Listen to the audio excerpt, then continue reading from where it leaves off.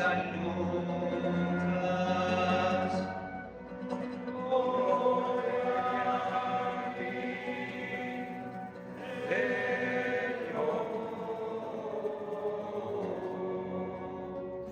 El mismo día de la resurrección, iban dos de los discípulos hacia un pueblo llamado Emaús, situado a unos 11 kilómetros de Jerusalén, y comentaban todo lo que había sucedido. Mientras conversaban y discutían, Jesús se les acercó y comenzó a caminar con ellos. Pero los ojos de los dos discípulos estaban velados y no los reconocieron. Él les preguntó: ¿de qué cosas vienen hablando tan llenos de tristeza? Uno de ellos, llamado Cleofás, les respondió: ¿eres tú el único forastero que no sabe lo que ha sucedido en estos días en Jerusalén? Él les preguntó: ¿qué cosa? Ellos le respondieron: lo de Jesús el Nazareno, que era un profeta poderoso en obras y palabras, ante Dios y ante todo el pueblo.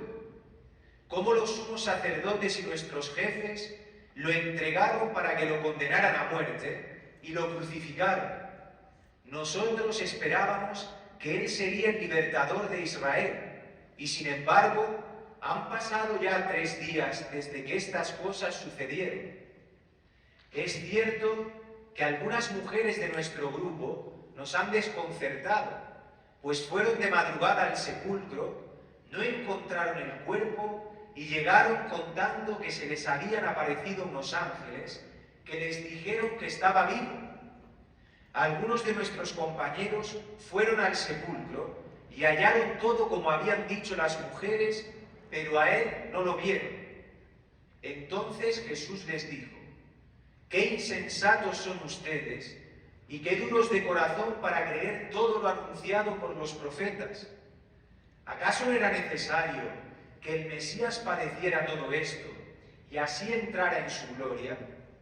Y comenzando por Moisés y siguiendo con todos los profetas, les explicó todos los pasajes de la Escritura que se referían a él. Ya cerca del pueblo a donde se dirigía, él hizo como que iba más lejos, pero ellos le insistieron diciendo: quédate con nosotros, porque ya es tarde y pronto va a oscurecer. Y entró para quedarse con ellos. Cuando estaban a la mesa, tomó un pan, pronunció la bendición, lo partió y se lo dio. Entonces se les abrieron los ojos y lo reconocieron, pero él se les desapareció. Y ellos se decían el uno al otro: con razón nuestro corazón ardía mientras nos hablaba por el camino y nos explicaba las Escrituras. Se levantaron inmediatamente y regresaron a Jerusalén, donde encontraron reunidos a los 11 con sus compañeros, los cuales les dijeron: de veras ha resucitado el Señor y se le ha aparecido a Simón.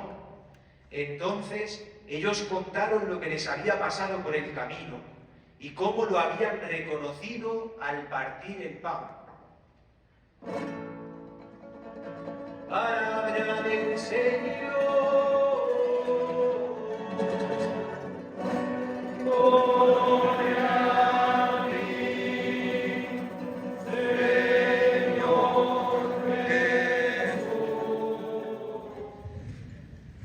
Bien, queridos hermanos, ¿me han gustado los ecos hoy? Han sido fluidos y han habido bastantes. Fruto de que la palabra de hoy pues nos ha tocado. A mí me impresiona la potencia que tiene la palabra de hoy, porque si os dais cuenta, el Salmo, la segunda lectura, y el Evangelio, también la primera, pero esos 3 van así unidos, porque hablan de lo mismo. Hablan del camino de la vida. Estamos en el camino neocatecumenal, que es imagen del camino de la vida, que es imagen del camino de Emaús, que es imagen de la vida del hombre. Por eso dice San Pedro, a mí me impresiona cómo habla San Pedro, que dice: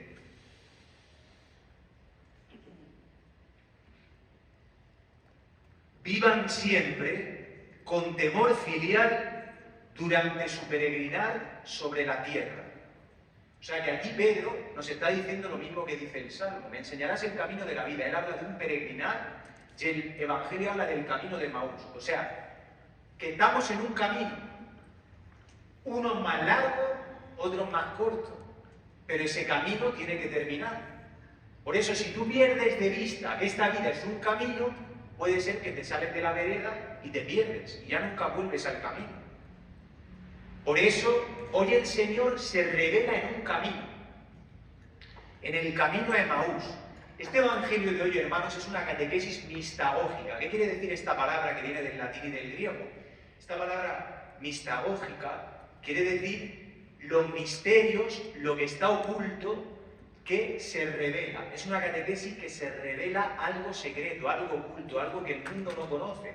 Por eso esta catequesis se le daba a los que ya habían sido confirmados en una fe adulta. En la iglesia primitiva, todos aquellos que habían recibido el bautismo después de un camino, de un itinerario, habían recibido el bautismo y recibían estas catequesis mistagógicas en las que se mostraban los misterios últimos de la iglesia del Señor, de Jesucristo.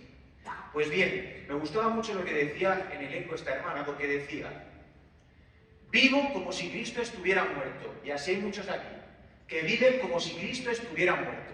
Por eso tienes esa cara de funeral, porque vive como si Cristo estuviera muerto.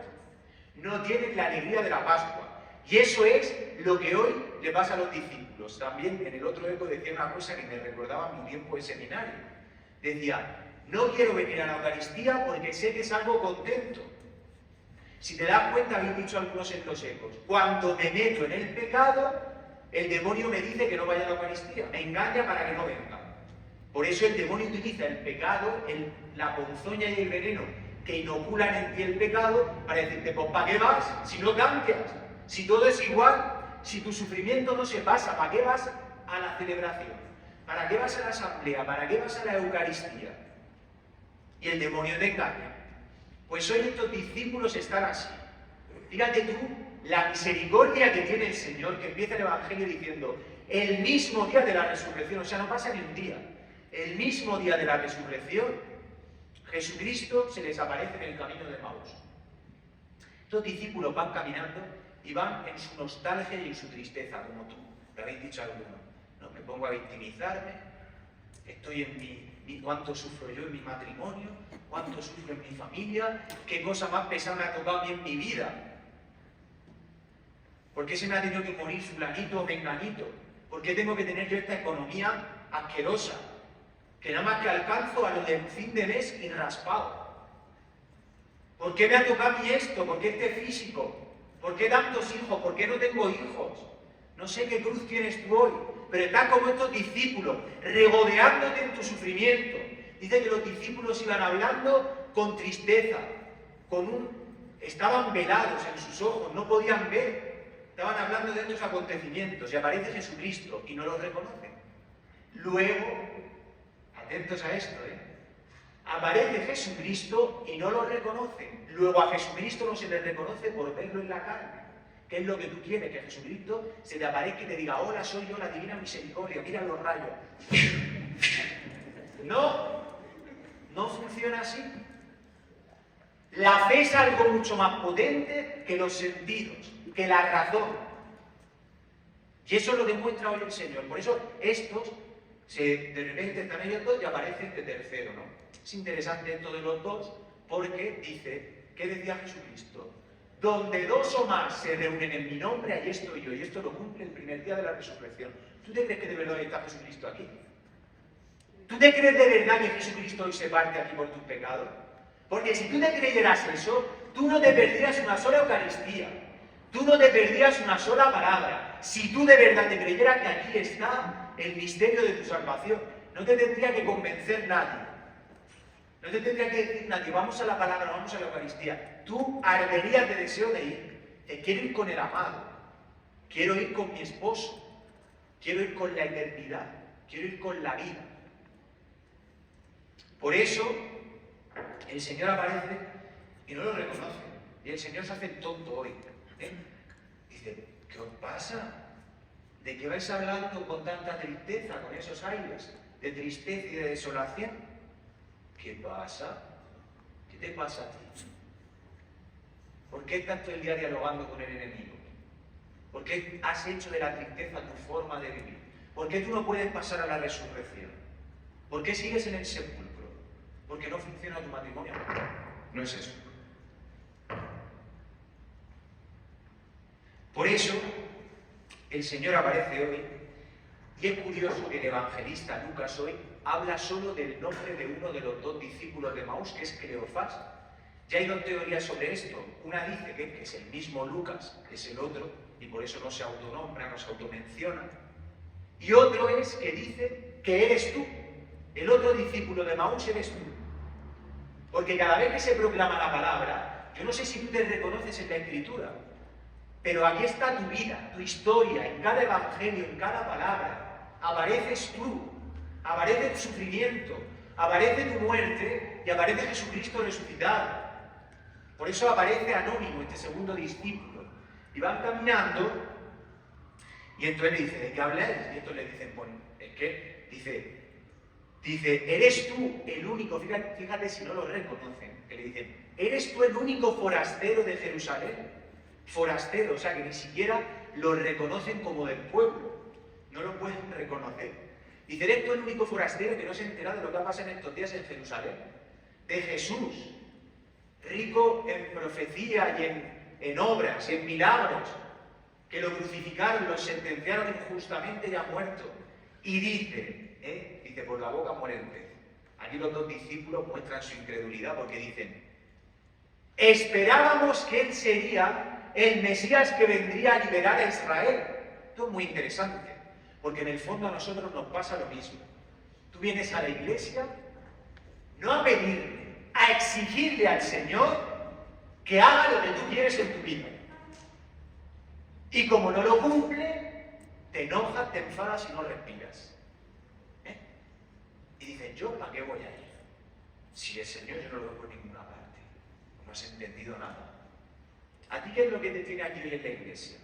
Yo te digo lo que me tiene a mí. Un día en unas catequesis a mí me dijeron que Dios me amaba como Él,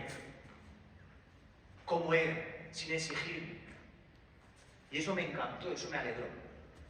Y además me dijeron, y si tú permaneces aquí, el Señor te hará feliz. El problema es que cuando yo escuché eso me pensaba que la felicidad que me anunciaban era que todo me iba a ir pipiris nice, que me iba a ir muy chido todo, que la vida me iba a ir sin problema. Luego ya vas caminando y te das cuenta de que dices, esto va cuesta abajo sin freno. Y yo no sé qué más me va a tener que pasar, pero me dan unos cuantos guantazos desde hace 22 años hasta ahora, y lo que me quedan, y lo que te quedan a ti. Porque tu ideal de felicidad a lo mejor es demoníaco. Lo que tú piensas que es la felicidad, ahí no está. Porque la felicidad, ¿sabes cuál es? Entrar en la voluntad del Señor, encontrarte en este camino con el Señor resucitado. Y venga lo que venga, si tú te encuentras con Cristo resucitado, estarás feliz. Te toque lo que te toque, sea cual sea tu vida, sea cual sea la voluntad del Señor para ti. Por eso, estos dicen, algunas mujeres nos han desconcertado, dicen que han ido al sepulcro, que se le han aparecido unos ángeles y que Jesucristo está vivo. Y claro, las mujeres no eran ni un cero a la izquierda en la época del Señor, entonces no tenían validez su testimonio. Luego Pedro dice que también, que se le ha aparecido. Pedro es uno solo. En el Antiguo Testamento hacía falta que hubieran dos para dar testimonio. Entonces ellos no han creído nada, siguen con la duda profunda en el corazón. Pues bien, hermanos, hoy en este Evangelio se cumple y culmina todo lo que el Antiguo Testamento, los libros históricos y los profetas han anunciado. Por eso el Antiguo Testamento, digamos, nos ha preparado el estómago, nos ha hambreado, nos ha dado ganas de comer. Y con Jesucristo llega el alimento. Por eso hoy el Señor se revela en este Evangelio como el viático. ¿Sabes lo que es el viático? Cuando tú le vas a dar la unción de enfermos, ¿no? Dice a un enfermo, dice, traigo el viático. El viático es un viático cuando te dicen, la empresa te da los viáticos para el viaje de empresa, ¿no? Que te da el sustento, te da la comida, te da dinero, te da algo ahí para que te provea. Pero ¿cuál es el verdadero viático en este caminar de la vida? En tu vida y en la mía. Solo hay un viático que calma tus ansias de vida eterna. Y es Jesucristo en su cuerpo.